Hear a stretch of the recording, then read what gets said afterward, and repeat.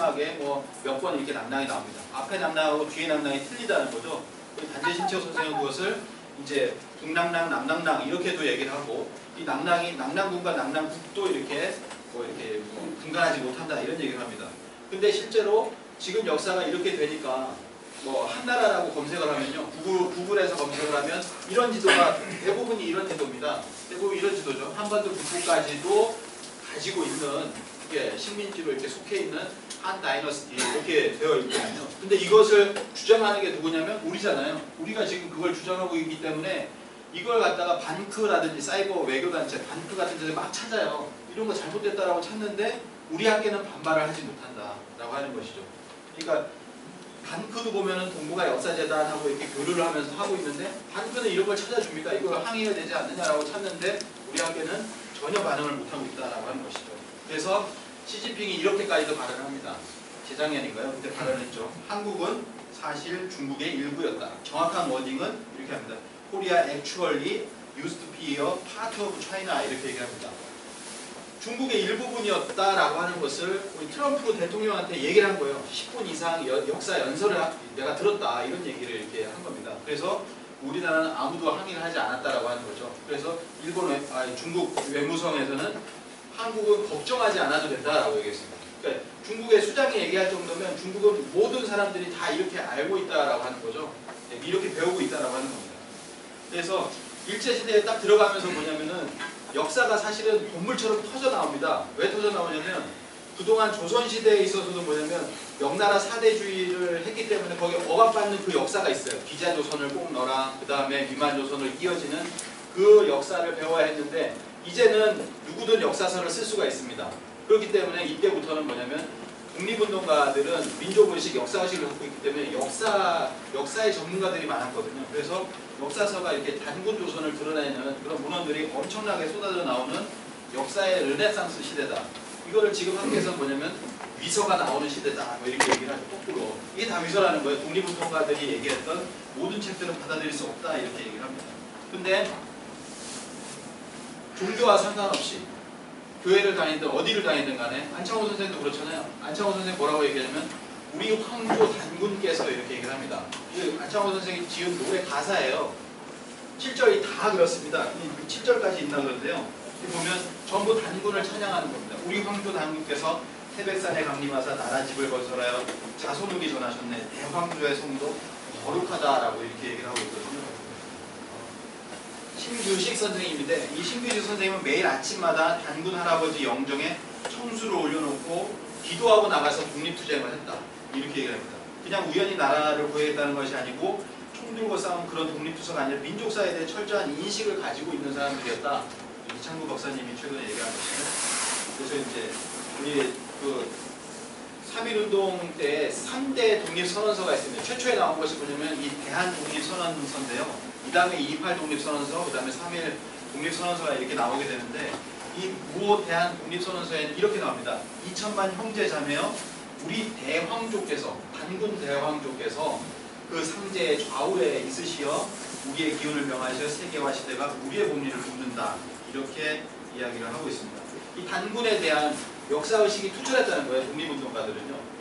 이거는 최근에 이제 영화인데 꼭 보시기 바랍니다. 말모이라고 하는 영화인데요. 말을 모으는 거잖아요. 전국에 있는 사투리도 모으고 모든 책들을 이렇게 모아가지고 우리 말이 없어져 가는데, 이 말이라고 하는 건 그 국가 민족의 혼인데 그것이 없어져 가니까 그걸 모아서 사전을 만들려고 하는 것입니다. 그러니까 우리가 지금 여기 대한사랑에서 이렇게 배우고 있는 화다곡이라고 하는 책도 뭐냐면은 이런 과정을 통해서 나왔다라고 하는 거죠. 그때 없어지려고 하고 일본이 가져가서 다 불태워버리려고 했던 그런 사서들이 있습니다. 왜냐하면 그걸 불태웠던 이만희 시류 같은 경우도 자신의 책에 보면, 논문에 보면 뭐가 있었냐면 삼성기라는 책을 알고 있었거든요. 알고 있다는 거 하는 것은 이 책을 가져갔다는 얘기도 되고 봤다는 얘기도 되죠. 그렇기 때문에 역사 왜곡을 더 크게 자행을 했는데, 이 삼성기, 단군세기, 북부역이 각기 다르게 가지고 있던 사람들에게서 이 책들을 전부 다 모아가지고 이 책을 독립운동가였던 계현수 선생이 1911년에 이렇게 편찬한 겁니다. 이게 바로 한단곡이거든요.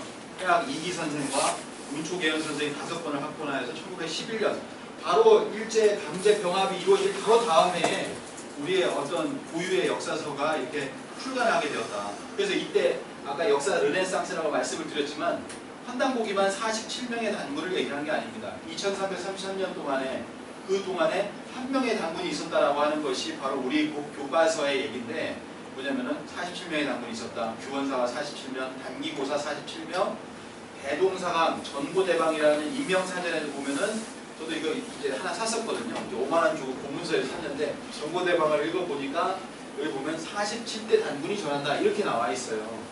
그러니까 47대 단군이라는 것을 전하는 것은 굉장히 문헌이 많습니다. 근데 옆에 보면은 기자조선의 영향을 받은 거는 좀 짧습니다. 이렇게 짧아요. 기자조선, 기자천년을 넣어야 되기 때문에 그 조선시대에 보면은 단군천년, 기자천년 의식이 있고 그것에 또 압력이 있고 하기 때문에 다 이렇게 줄어든 거죠. 원래는 2096년에 그 원래 47대 단군이 있었다라고 하는 겁니다. 그래서 이런 역사가 광복운동이라고 하는 것은 이런 어떤 전쟁, 전쟁도 있지만 실제 역사전쟁이 있었다. 그 내부적으로는 그들은 우리의 역사를 말살하려고 했었고 우리는 그 역사를 전하려고 하는 그런 전쟁의 역사가 있었다라고 하는 것입니다. 이제 그 드라마의 첫 부분 1871년 심리양요로 한번 들어가 보도록 하겠습니다.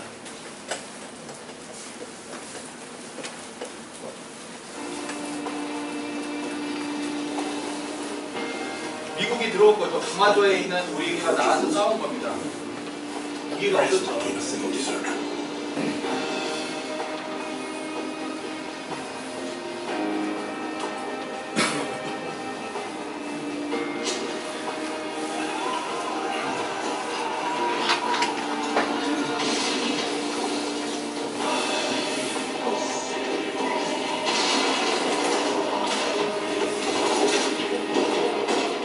미군은 1분에 10발을 쏘는데 우리는 1분에 한 발을 쏠 수 있었습니다. 막 이렇게 하잖아요. 한 발. 한 발 쏘려고 하는 거예요.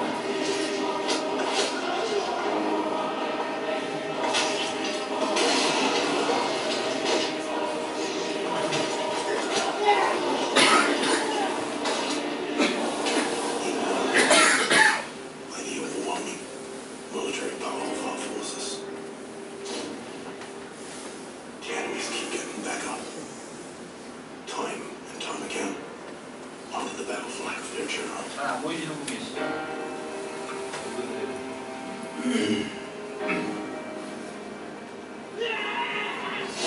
Yours was broken spears and swords, and putting up a fight by throwing stones and so on.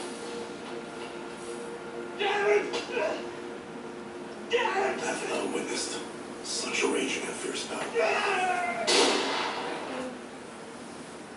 그리고 여기 이제 이완용이 등장하죠. 이완용이 등장하는데 원래는 이 미군 함정에 타고 있었던 사람이 일본인이 한 명 있었다고 합니다. 그 일본인을 상징하는 것 같아요. 왜냐면 그 일본인이 와가지고 이렇게 해가지고 했는데도 불구하고 미군이 이렇게 들어가지 못했어요. 개항을 시키지 못했습니다.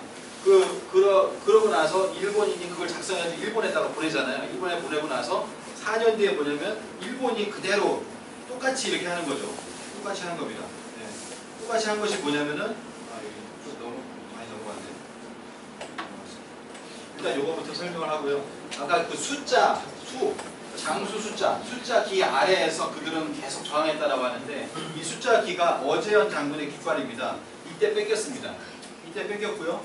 그래서 이제 여기 영화 그 드라마에서도 나오는데 136년 만에 이 장군기가 2007년에 귀환을 했어요.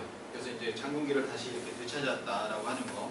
그리고 아까 말씀드린 대로 그 4년 후에 일본이 미국과 똑같은 방식으로 강화도를 침공하는데 이들은 성공을 합니다. 그게 이제 1876년에 운요 사건이고 강화도 조약이라고 하는 불평등 조약을 이렇게 맺게 됩니다. 그러면서 일본이 맺으니까 그 뒤에 미국이 맺고 그 다음에 프랑스가 맺고 러시아가 맺고 하면서 통상 조약으로 해서 서양이 우후죽순으로 다 들어오기 시작하는 거죠. 드라마의 전개 과정에서 이렇게 해가지고 미국 공사관이 개설이 이제 되는 과정입니다. 그리고 쭉 넘어가겠습니다. 1894년 공학혁명이 발발합니다. 사실은 이 공학에 대해서도 바르게 알아야 되는데 시간이 없기 때문에 많은 부분은 다음번에 동학에 대해서 꼭 이렇게 하실 때 한번 꼭 와주시기 바랍니다. 그래서 가보년 1894년에 이 가보년에 무장기포를 하게 되는데요. 이 부분을 잠깐 한번 보도록 하겠습니다.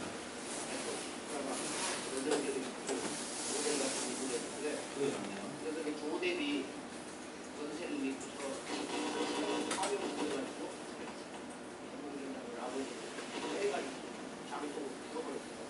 그래가지고 지금 4.8동으로 불려서 너무 억울하니까 거기다 이렇게 문서 자기 이름 날이 돼가지고 원하는 뭐 별로 1월달, 3월달, 9월달에 아버지는 공학혁명이 이제 전개되기 시작을 했거든요. 고부에서 이제 고부 농민들이 이제 봉기를 하고 고부성 진주라고 3월달에 무장해서 기포해서 공학혁명으로 실제 이제 발화가 된 거예요. 3월 25일날 본진 본부를 백산으로 옮겨놓고 거기에서 이제 신혼입은 사람이 죽창 하나 가지고 살려고 백산 앉으면은 뭐 죽산이라고 유명한 말이 있잖아요. 그래서 이제 4월 7일날 황포현 전투라든지 4월 27일날 전주성을 입성을 하는데 잘못하면 전쟁이 터진다. 뭐 이런 그 근심 때문에 그걸 받아들여가지고서 이제 5월 10일날 전주 화약을 체결하고서 동학 농민군이 해체를 했어요. 그러니까 이미 이제 6월달에 청나라 군이 들어오고 일본군이 경복궁을 갖다가 습격을 했단 말이에요. 그러고서 이제 청일전쟁이 터졌는데 바보? 네. 이걸 간단하게 다시 설명을 드리면 1차 봉기를 했습니다. 근데 1차 봉기를 했는데 뭐가 있냐면은 텐진조약이라는 것이 있었어요. 그래가지고 청나라와 일본이 이게 양쪽이 동시에 철수하고 동시에 들어오는 그런 게 있었거든요. 그래서 이때 청나라에게 요청을 하니까 청나라가 들어오게 되고 일본이 바로 들어오게 됩니다. 이때다 싶어가지고 일본이 들어와서 일본이 들어온 다음에 우리는 둘 다 나가라 라고 하는데 아무도 이제 듣지 않는 거죠. 그래서 일본이 이 외변을 일으킵니다. 경복궁을 침공한 거죠. 1894년 7월 달에 6월 달에 서울에 입성해가지고 7월 달에 경복궁을 무력으로 점령을 했다. 그래서 이것을 외변이다 또는 임진왜란처럼 외란이다 이렇게 얘기하기도 하고 또는 전쟁이다 이렇게도 얘기를 합니다. 이때 경복궁에 들어와서 고종을 만나러 이제 그 군화를 신고 들어왔던 사람이 뭐냐면 오시마 요시마사라고 하는데요. 이 사람이 아베의 고조부죠. 예. 지금의 아베 총리의 고조부가 이렇게 군화화를 신고 들어가서 이렇게 얘기를 합니다. 우리 일본군이 전하를 보호하겠습니다. 이렇게 얘기를 하는 겁니다. 그렇기 때문에 이게 연결이 되는 거예요. 지금 아베하고. 예. 그래서 이제 청일전쟁이 일어나게 되고 이때는 뭐냐면 동학군이 바로 처음에는 이 고구의 조병갑의 어떤 그 불의에 못 참아가지고 그때 이렇게 일어났지만 두 번째는 뭐냐면 단 하나를 가지고 일어난다는 거죠. 척외. 외를 없애야 된다. 우리 경복궁이 침공당하고 우리 고종께서 왕께서 이렇게 지금 위협이 있고 하니까 그것만을 가지고 2차 봉기를 하게 됩니다. 이 2차 봉기에서 일본군에 의해서 여기 보면 그래서 2차 봉기에서 진짜 의병의 역할을 한 거예요. 근데 일본군에서는 뭐라고 하냐면 동학군을 사륙하라라고 하는 명을 내립니다. 사륙하라는 명을 내리고 일본의 최신 기관총 앞에서 동학 농민군들이 일방적인 학살을 당하게 됩니다. 게틀링이라고 하는 기관총인데요. 기관총을 쐈기 때문에 뭐 무력이 되질 않는 거죠. 그래서 이때는 뭐라고 하냐면은 동아시아 최초의 양민 학살이다. 우리가 교과서에 보면 동학혁명으로 해서 뭐가 일어났습니다. 이렇게 좋게만 얘기하지만 실제로는 이거는 사륙이다, 학살이다 이렇게까지도 얘기를 하거든요. 60여만 명까지도 얘기를 합니다. 근데 박해진 선생은 뭐라고 하냐면 30여만 명이나 되었다라고 이렇게 얘기를 합니다. 30만에서 60만에 되는 사람들이 학살을 당했다. 일본의 역사학자들도 뭐라고 하냐면 이걸 집단 학살이다 이렇게까지도 얘기를 하거든요. 학살이라는 거죠. 그래서 이런 학살이 여기서부터 일본의 학살이 이 동학혁명에서부터 해방 때까지 우리가 해방될 때까지 그때까지 합해이면은 800만이 학살당했다. 이렇게까지도 이제 얘기를 하고 있습니다. 그래서 뭐 우리가 알고 있는 제암리 학살 사건도 있었고 그리고 정신참변이라고 있어요. 청산리 대전에서 지고 나니까 일본군이 이게 정신이 돌아버린 거죠. 돌아버려가지고 여기 있는 모든 마을들 그냥 민간인들을 다 습격해가지고 1만 명에서 최대 3만 명까지를 이렇게 학살했다라고 합니다. 그게 바로 이 경신년 1920년에 일어났던 참변인데요. 경신참변이라고 합니다. 한번 영화에서 한번 보도록 하겠습니다. 영화 암살인데요. 김재준 장군이 청산리에서 승리하고 나서 모든 일본군들은 그 보복으로 만주 일대에 있는 조선인들 남녀노소 민간인 할 것 없이 보이는 대로 전부 죽였다. 안동진은 그때 거기 있었나? 저희 어머니도 그때 총을 맞고 돌아가셨습니다. 운이 좋으셨죠. 다른 사람들은 칼에 찔러 죽고 몽둥이에 맞아 죽고 목이 졸려 죽고 불에 타서 죽고 생매장당해 죽고 솥에 삶기도 하고 그렇게 3,469명을 죽였습니다. 27일 동안. 그 간도장병을 일으켰던 19사단 지휘관이 그 3,494명 뭐 이렇게 얘기하는데 이게 줄여진 거예요. 줄여져서 지금은 다 나옵니다. 줄여져서 이렇게 나오거든요. 3,400 그렇게 합계가 나오는데 10,000명에서 30,000명까지도 이제 얘기를 합니다. 그래서 그렇게 많은 사람들이 이렇게 죽은 것이 경신참변이다 이렇게 얘기합니다. 이런 것들이 많죠. 뭐 동경 대지진에도 뭐 7,000명이 죽었다라고 하는데 그것도 이제 뭐 3.1혁명, 3.1운동 때도 한 7,000명. 그 다 이제 줄여진 거라는 거죠. 더 많은 사람들이. 그리고 마지막이 뭐냐면은 8.15 해방 이후에 일주일 뒤에 일본이 일본에 강제 노동을 하던 사람들을 귀환시켜 주겠다라고 하면서 그 사람들을 태웁니다. 우키시마호라고 해서 거기에 이제 태워요. 태워가지고 부산으로 데려다 주겠다고 감원 이설로 해가지고 7,000명에서 12,000명이 되는 한국인들을 갖다가 태워가지고 글로 가지 않고 수장을 시키는 거죠. 그래서 이것이 우키시마 사건이라고 합니다. 아직도 이것을 모르는 사람들이 굉장히 많은데 마지막으로 뭐냐면 일주일 뒤에 해방 이후 일주일 뒤에 부산으로 간다고 이렇게 감원이사에 속아가지고 여기서 이제 수장을 하는 복침을 시킵니다. 복침 실제로 그래가지고 일본 사람들은 여기에 가담했던 일본의 사람들은 다 탈출했어요. 한국 사람들만 조선인들만 이제 다 죽었다라고 하는 겁니다. 일본이 이렇게 잔혹했다라는 거죠. 일본이 이 시기에 죽인 사람만 800만이다 이렇게 주장을 하시는 분이 있습니다. 그래서 동학혁명이 청일전쟁으로 그 다음에 10년 뒤에 러일전쟁 그리고 1차 대전까지 이렇게 일어나는 그 동인이 되었다라고 하는 것이죠. 그리고 1895년에 4월에 동학혁명 이후에 이제 일본이 청일전쟁이 일어나고 청일전쟁에 승리를 하니까 요동을 할양받아가지고 있었는데 삼국이 간섭을 합니다. 삼국이 간섭을 하는데 그 중에 러시아에 우리가 기대게 되죠. 우리가 알고 있는 그때 당시에 민비 해가지고 그래서 뭐냐면은 여우 사냥을 해야 된다, 죽여야 된다라고 하면서 일본이 들어옵니다. 1895년 10월 8일날 왕비 시해 사건이 이렇게 벌어지게 되는데 우리가 이때 명성황후께서 돌아가시게 이렇게 되는 거죠. 난자에 당하게 되는데요. 이때 뭐냐면 우리가 알고 있는 아까 봤었던 그 흑룡회라고 하는 곳 그곳에 있었던 사람들이 이렇게 이제 명을 받고서 군인들과 함께 이렇게 오게 된 겁니다. 그래서 명성황후를 암살을 주도한 사람이 바로 이 미우라 고로라고 하는 사람들이고 우리나라 사람들 뭐 같이 있었던 얘기가 있죠. 그래서 뭐 경복궁에 가보시면 맨 뒤편에 보면 실제로 거처를 했던 곳이 있었는데요. 거기에 이제 고종이 이 앞에 있고 그 뒤에 있는 명성황후의 침실로 가가지고 여기서 이제 시해를 했다. 그리고 이제 불태웠다. 뭐 이런 얘기를 하고 있습니다.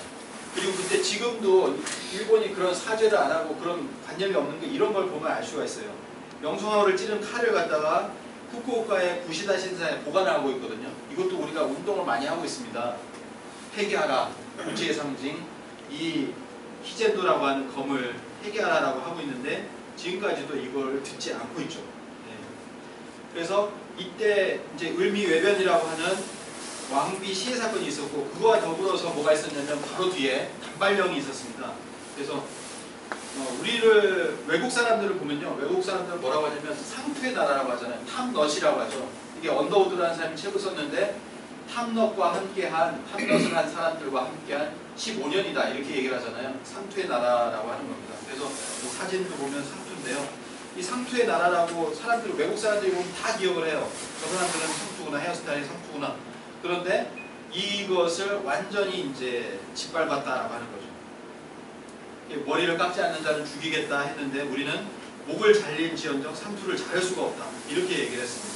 근데 이 상투라는 것이 그냥 단순히 머리를 위로 올리는 것이 아니라 여기에는 우리 한민족의 어떤 헤어스타일의 어떤 의식, 가치가 있었다는 겁니다. 5,500년 전에도 이게 상투를 했었고 그러니까 상투와 비슷한 것을 한 나라들은 막 굉장히 많아요. 근데 이거 5,000년 이상 몇 면이 이렇게 내려온 그 나라는 없다. 그 민족은 없다라는 거죠. 그래서 5,000년 전에, 5,500년 전에 우하량에 보면 이게 상투를 이제 고정시키는 옥고가 있습니다.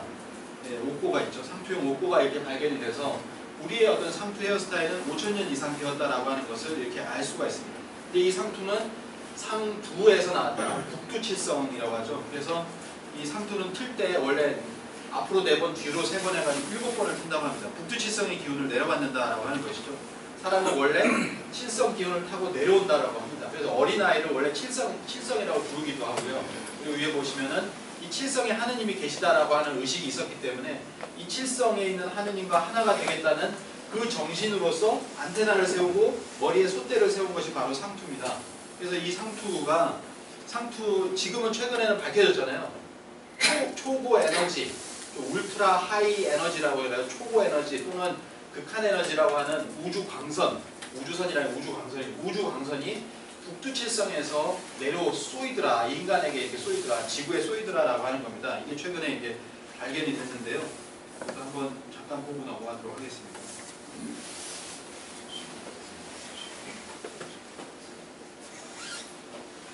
좋네요. 예. 하다 보니까 이렇게 이런 뉴스입니다. 이런 뉴스가 나왔고요. 그래서 지금도 그걸 정확하게 어떻게 알았을까 그걸 조사를 하고 있습니다. 그래서 이제 우리는 예로부터 제대로 기도를 했다는 거죠. 정한수를 모셔놓고 칠성님 했던 것이 그리고 상수를 했던 것이 뭐냐면은 이 북두칠성에서 그런 에너지와 그런 기운, 기도빨이 내려온다라고 하는 것을 알고 있었다라고 하는 겁니다. 그래서 과거의병이 있었고 계속해서 을미의병 뭐 이런 것들이 이제 생겨났죠. 그래서 의병의 정신이라고 하는 것이 결국 독립군의 그 정신이다라고 하는 것입니다. 1896년, 그러니까 이제 자신의 부인이자 여왕이 시해가 됐습니다. 부르르 떨고 있는 거죠, 고종이. 그걸 이제 묘사한 곳이 드라마에 있는데요. 잠깐 한번 보도록 하겠습니다. 小戦王の暇になるのだ。陰気の死を教えてやれ。あの日の悲鳴を思い出させる。片時も眠れず一時をも不安にさせるのだ。狐狩りのようにしつこく脅かし怯えて生きるしかないと思わせるのだ。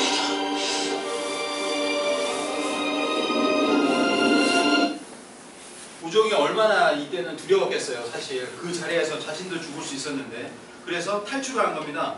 탈출했는데 러시아 공사관으로 이렇게 탈출을 하는데 그래서 이것을 이제 탈출할 때 이렇게 이제 러시아 공사에게 알리고 이렇게 해가지고 피신 계획을 러시아 황제도 동의하에 이렇게 러시아 공사관으로 이렇게 도피를 하게 되는데 이걸 아관 파천이라고 지금까지 이제 배우고 있죠. 이제 아관 망명이라고 해야 된다라고 하는데 파천이라고 하는 것은 뭐냐면은 왕이 도성을 버리고 지방으로 피난가는 것을 파천이라고 합니다. 근데 지방으로 가지도 않았죠. 그리고 도성을 버리지도 않았습니다. 그렇기 때문에 이것은 망명이다 라고 이렇게 얘기해야 된다는 거죠. 그러니까 우리가 용어부터 우리가 배우는 용어부터 뭐냐면은 일제가 규정해 준 게 많습니다. 그래서 그거를 바꿔야 된다라고 하는 거죠. 그래서 아관 망명 이후에 여기 러시아 공사관에서 1년 동안 있게 됩니다.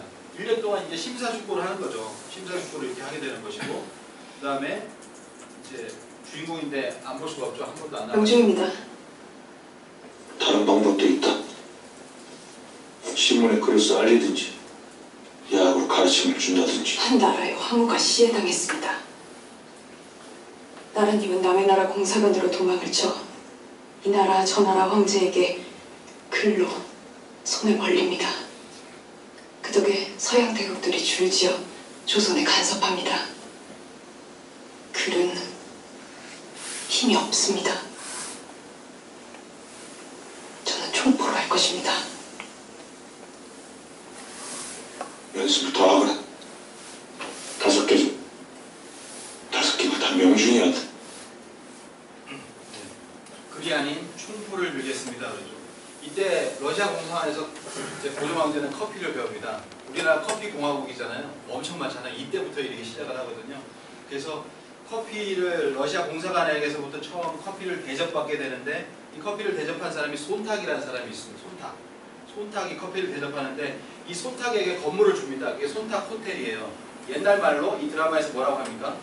빈관이라고 하죠. 손탁 빈관이 있습니다. 그러니까 바로 옆에 그 손탁 빈관이 위치를 하는데 이 글로리 빈관이라고 해 드라마의 글로리 빈관의 모델이 되는 게 바로 이 손탁이라고 하는 빈관이 실제 있었고 6.25 때 폭격이 돼서 사라지게 됐습니다. 근데 실제로 이 드라마에서는 마지막에 되면 이 빈관을 갖다 폭파시키죠. 왜냐하면 일본 분들이 우리가 여기 상주에서 쓰겠다라고 하니까 아예 일본군과 함께 폭파를 시켜버립니다. 이제 독립운동가로 아예 대변신하게 되는데요.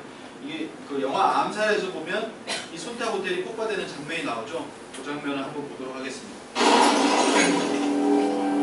테라우치라고 하는 1911년에 테라우치라는 일대 총독이 이 손탑 호텔에 들어오는 거예요. 言わぬ伯爵 덕수궁 바로 옆에 쇼핑이 있었기 때문에 사기다. 많은 사람들이 오고 갔겠죠. 調子はどうだおかげさまで量と薬が合うようです。そうか韓英国はい。これは金かはい。こいつの顔つきからしてただではなさそうだなだかカカ半島の貧しい国朝鮮はここ崖に満ちた産業の国になりました。私は朝鮮の金の採掘権の許可を 금강 채굴권을 달라. 大変ありがたい。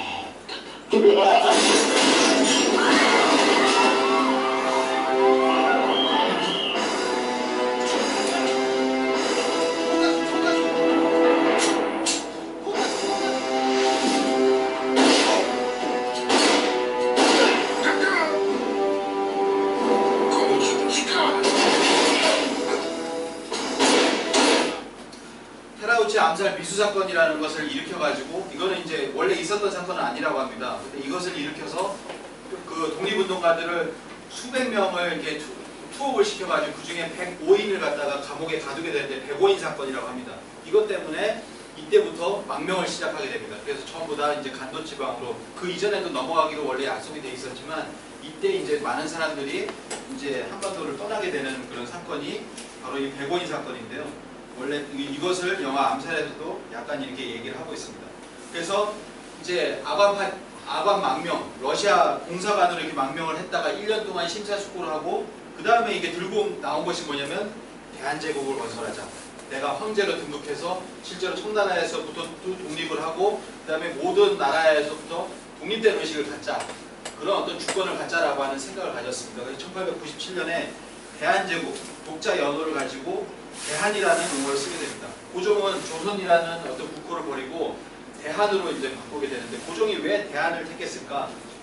우리나라는 원래 사만의 땅이었다 라고 하는 것이죠. 원래 사만의 땅이었다. 그렇기 때문에 대한이라고 칭하면 될 것이다 라고 합니다. 한이라고 하는 이름은 우리의 고유한 나라 이름이며 우리나라는 고구려 백제 신라 등 원래의 사만을 아우른 것이니 큰 한이란 이름이 적합하다라고 얘기를 했습니다. 근데 우리가 사실 사만이라고 하면은 사만을 검색하거나 교과서에서 배우는 사만은 이 사만만 배우거든요. 만지난 변환이라고 해서 72개 소국들이 우글우글 거리는 이 남쪽의 작은 땅. 여기도 아니고요. 요 반쪽에서 우글거리는 겁니다. 이 남사만이라는 것만 배우고 있는데 고종이 대한제국을 건설하고 자신이 왕에서 황제가 되고 뭐 이렇게 하는 가운데서 사만을 이어받자 이걸 했겠습니까? 그게 아니죠. 이 북사만을 얘기한 겁니다. 대륙사만을 얘기한 것이고 이 대륙사만이 나중에 이어져서 고구려 백제 신라가 사만을 얘기했거든요. 고구려 백제 신라를 사만이라고 했으니까요. 그래서 그 사만을 얘기를 한 것이다 라고 하는 것이죠. 이걸 누가 얘기했냐면은 단재신채호 선생이 얘기를 하잖아요. 단재신채호 기념관에 가보면 이렇게 약간 조악하지만 이 그림을 그려놨습니다. 하나는 뭐냐면 전사만이다. 이전의 사만이 밑으로 내려와서 후사만이 되었다라고 하는 전후사만이라고 하는 것을 논문을 쓰게 되거든요. 1920년대 중반에 전후사만이라는 걸 쓰게 되는데 이 전후사만이라는 논문을 갖다가 20년대 단재신채호 선생이 쓰고 그걸 동조하는 사람들이 일어나니까 이병도가 그걸 반박을 한 겁니다. 뭐냐면 1934년에 사만 문제를 새롭게 고찰해보자라고 하는 얘기를 하면서 이 사만이라고 하는 건 남쪽에 있는 소국이다라고 하는 것을 주장을 하게 되는 것이죠. 그걸 한번 있나요? 보도록 하겠습니다. 다큐 시선에 나오는 건데요. 스타소비츠가 만들었고 이건 선생이 그 스타소비츠가 방해하는 현장에서 수업을 들은 다음에 한국에 와서 진단학교 만들고 사만론 펴고 서울대 교수로 그 1945년 가면서 한국사 교과서를 만들고 그러는데 사만론을 집어넣고 그 제자들이 다 따르고 이렇게 만들어진 역사가 대한민국 한국사 교과서가 있어요. 이 교과서 역사를 통해서 온 국민이 상식으로 된 것이 사만년, 만년, 그다음에 태고네, 뭐 이런 그 태조대왕, 고이왕, 내무왕 이런 역사 체계죠. 이것을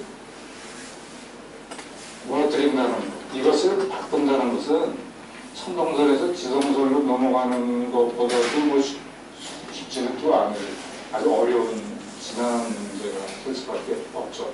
말하자면 하나의 패러다임이 다음 패러다임으로 넘어가야 하는데 모든 사람들이 지금 그 이병도 선생 써서겠지 이병도 선생이 만든 틀 속에 안주하면은 모든 게 편합니다. 네, 그래서 지금 이 사만론, 이병도가 만들어 놓은 남사만론에 안주하고 있는 것이 지금의 학계라고 하는 것입니다.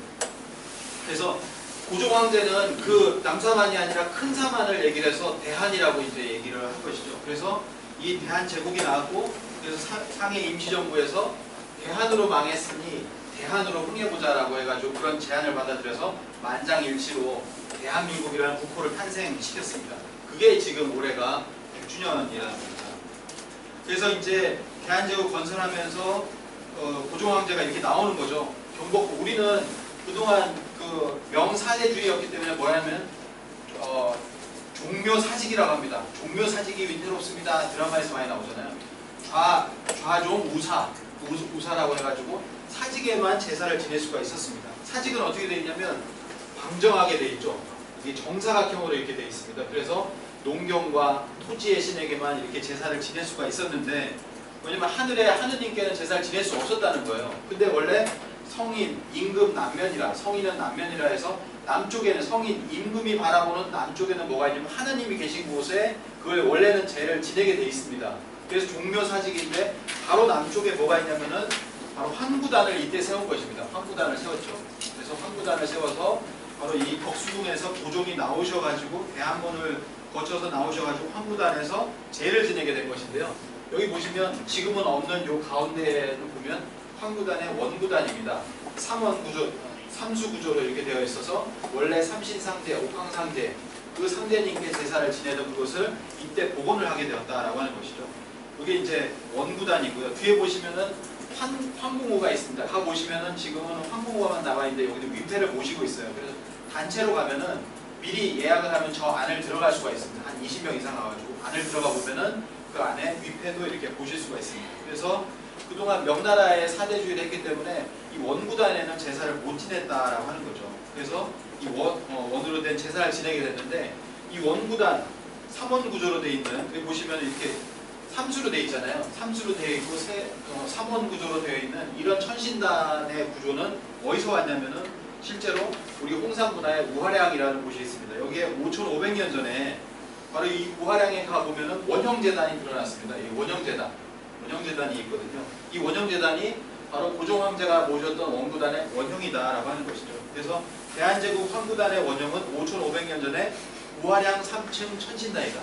이게 바로 우리 동이족 한민족이 세웠던 5,000년 이상 된 우리의 어떤 천재 문화를 다시 복원한 것이다. 그래서 그 안에 들어가 보면 이렇게 위패가, 황궁호에 들어가 보면은 위패가 황천삼제라는 위패가 있습니다. 옆에는 여러 가지 이제 북두칠성 신인도 있고요. 여러 가지 신인들이 있는데 황천삼제. 그래서 고종이 이때 즉위를 하면서 이렇게 얘기를 합니다. 짐이 부덕하여 마침 어려운 때를 당하였는데 상제께서 권고하여서 이 어려운 때에 이런 새로운 독립을 하는 기초를 착안하게 되었다라고 합니다. 그러면서 바로 5년 뒤에 뭘 하냐면 대한제국 애국가를 만듭니다. 애국가. 한번 들어보시죠. 그래서 이 애국가는 뭐냐면 바로 지금 내가 상대인데 하늘의 상대님께서 도와달라. 나를 도와주십시오라고 하는 거죠.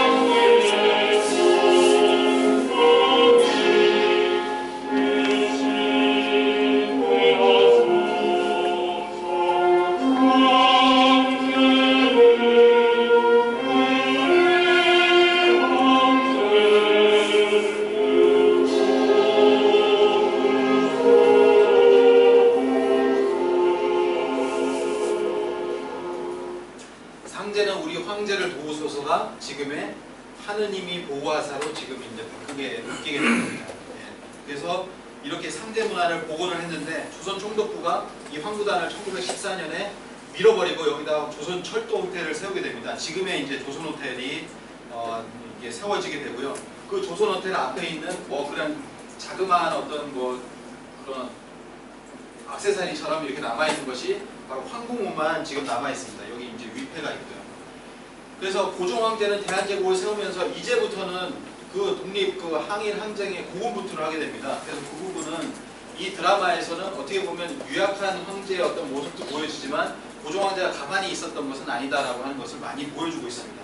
그 중에 하나가 뭐냐면 고종 황제가 우리가 일본보다 더 발달해야 된다, 더 발전해야 된다라고 하면서 먼저 들여온 것이 뭐가 있냐면 전기, 전차, 전화가 있습니다.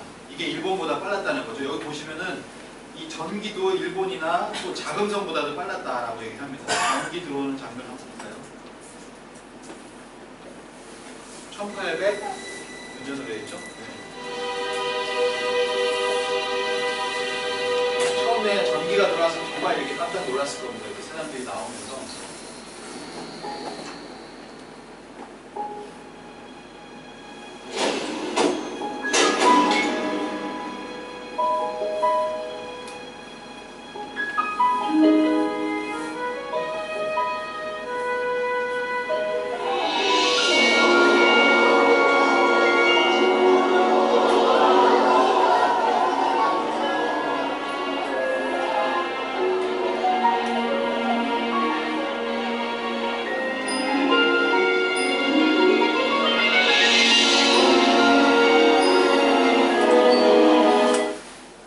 그래서 1886년에 고종 황제는 미국의 에디슨 전기 회사에 전기불을 밝혀달라고 편지를 씁니다. 그러니까 쉽게 얘기하면 에디슨에게 요청을 한 거예요. 에디슨이 전기를 발명한 지 한 8년 뒤라고 하는데, 그래서 1887년에 경복궁의 맨 뒤에 이제 건천궁 앞마당 연못에 먼저 점등이 되고, 그리고 이제 종로라든지 이런 곳에 나중에 이게 점등이 이렇게 됩니다. 에디슨이 전구를 발명한 후 8년 뒤였고 동아시아에선 최초였다, 이렇게 얘기를 합니다. 그리고 이게 전구가 밝혀지는데 뒤에 보면 전차가 가요. 전차가 먼저 가죠. 그리고 전차가 가고 전차가 밤에까지, 야간 전차까지 갈 수 있도록 이렇게 이제 되었다라고 이렇게 얘기를 하고요. 또 하나는 뭐냐면 전화를 가장 먼저, 사실 왕이 가장 먼저 쓰게 되죠. 그래서 전화를 가장 먼저 쓰신 분이 고종인데, 이 고종 황제가 전화를 걸어서 김구의 사형 집행일에 전화를 해가지고 김구 선생을 살려라 라고 하는, 김구 선생이 어렸을 때 의협심에 뭐냐면 명성황후를 시해한 것이라고 여겨졌던 사람을 발견하고 그 사람을 죽여버리거든요. 일본인을 죽여버립니다. 죽여버려가지고 감옥에 가서 사형이 되려나 한 찰나에 그런 어떤 사연을 듣고서 바로 고종이 전화를 했다라고 하는 그런 얘기가 있습니다. 그래서 이제 고종의 바로 옆에는 뭐가 있냐면은 전화가 있죠. 한번 그 드라마에서도 그런 설정을 하는데,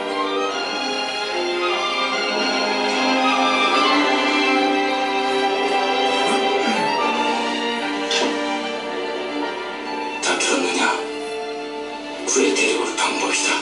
그대는 고가의 신에게 기별할 방도를 찾아라. 반드시 살려 데려와야 한다. 예, 폐하. 마침 일본으로 떠난 사내가 있습니다. 그 사내와 닿을 자를 물색할 사내도 있고요. 네. 그래서 이때 그 전화를 받았던 사람이 제국 입문사예요. 지금으로 보면 뭐라고 해야 될까요?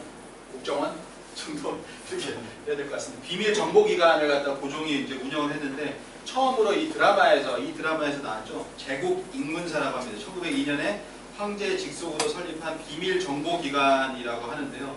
이 비밀 정보기관이기 때문에 비밀을 유지해야 됩니다. 그런 사람들이 한 그 에이전트, 스파이라고 할까요? 그런 사람들이 60여 명이 있었다라고 얘기합니다. 그 중에 하나가 이 주인공이었죠. 여주인공이었고요. 철칙은 뭐냐면 딱 보고 나서 다 불태워야 돼요. 불태우고 없애야 되고. 그래서 고종 황제도 이렇게 불태우는 모습 나오죠. 드라마에서도 보면 고종의 그 직인이 찍혀 있습니다. 성총보좌. 고종의 뭐냐면은 총명함을 보좌한다는 거예요. 성은 이제 왕이잖아요. 왕의 어떤 성의 총명함을 보좌한다. 그러니까 고종이 정보를 알 수 있도록 계속 정보를 주는 역할, 다 정보가 가둬져 있잖아요. 독수공 안에 은폐되어가지고 가둬져 있는데 그 사람들이 와가지고 정보를 주는 역할을 하는 사람들이 60여 명이 있었다라고 합니다. 제국 ing문사라고 하죠.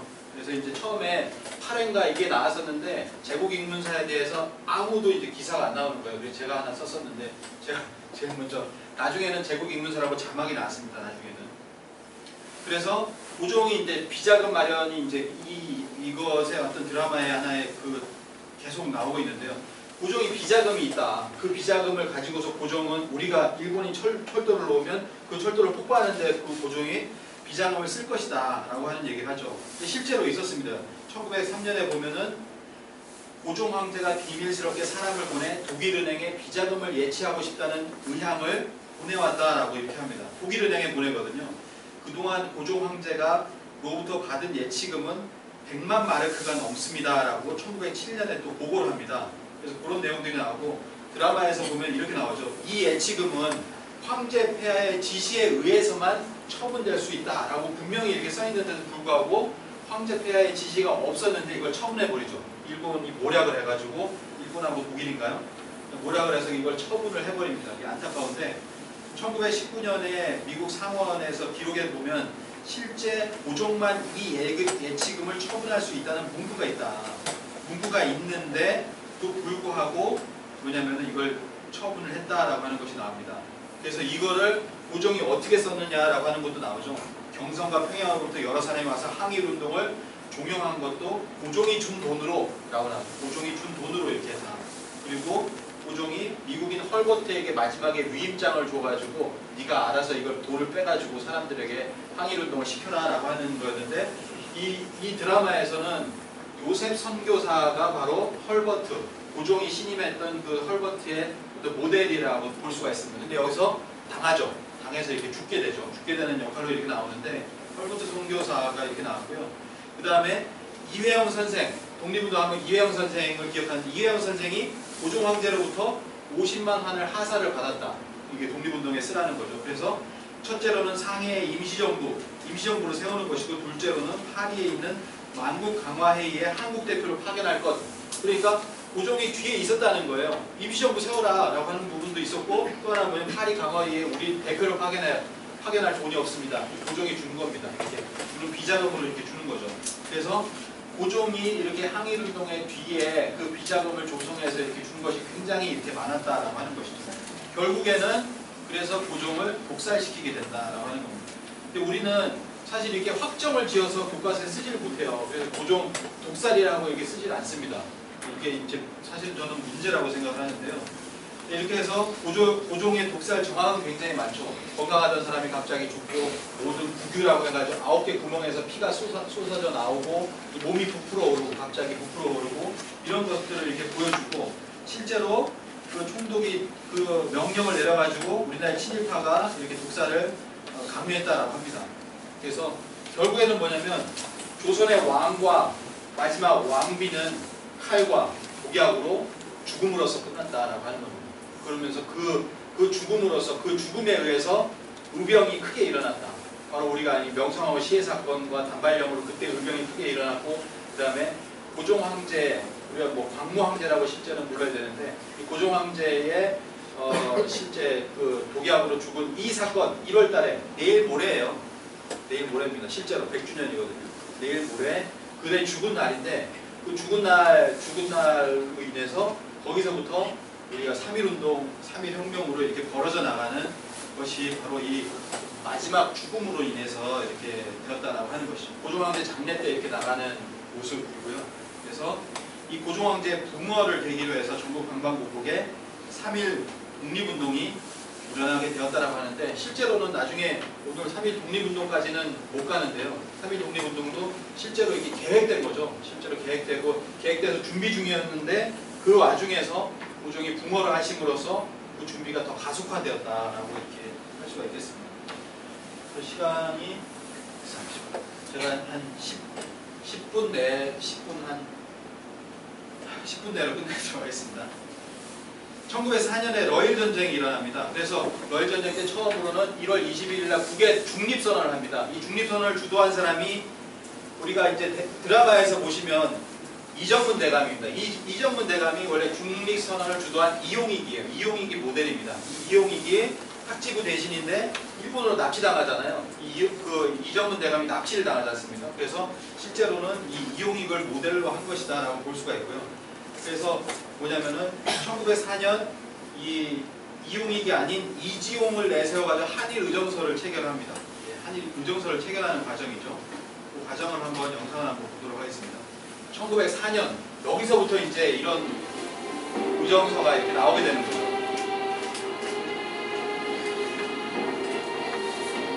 납치를 당하는 장면이고요. 그 다음에 証明書 칼을 들이대고 원래 있었던 그대로입니다. 그리고 이란 의정서에 지금 찍어라.